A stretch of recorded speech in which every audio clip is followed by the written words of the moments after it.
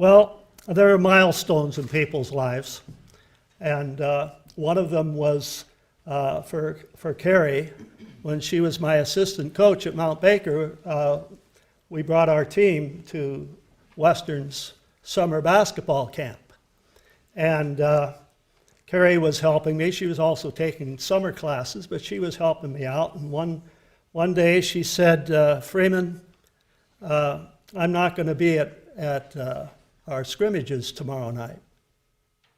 And I said, why? And she said, well, I've got a blind date down in Skagit. And I look at her and I said, now where are your priorities? Anyway, is a date more important than basketball? How could this be? And she said, well, I'm going on this date, blind date.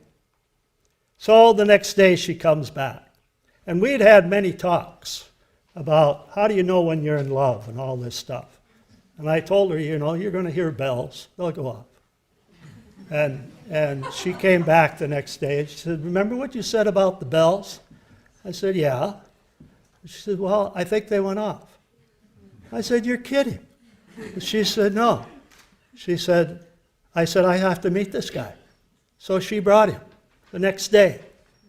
She brings him to the upper gym, one of the upper floors up there. And my team is warming up. Girls basketball players warming up. They're two lines. They're shooting layups, getting rebounds, coming, doing all this stuff.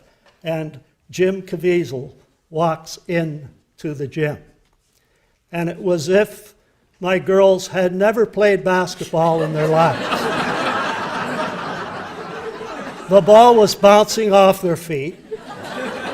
And the ultimate embarrassment was one of them went up for a layup, and the ball got stuck between the rim and the backboard.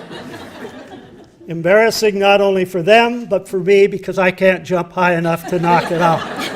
That only leaves one person, Jim Caviezel. And he walks over, pops up in the air, knocks the ball loose, and all the girls are going, oh. And I'm sitting there like show off. And that's how I met Jim Caviezel. And that's quite a milestone.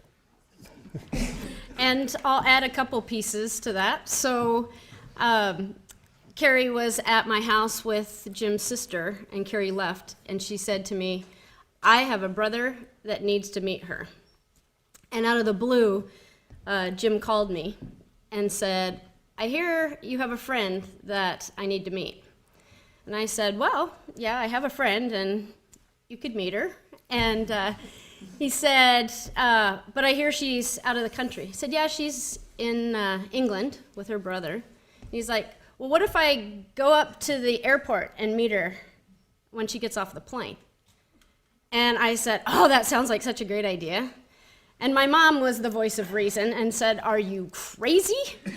And I got thinking afterwards, I probably would not be sitting up here today if I would have let that happen. So my mom was the voice of reason, and thankfully Kerri and I are still friends after 24 years of that.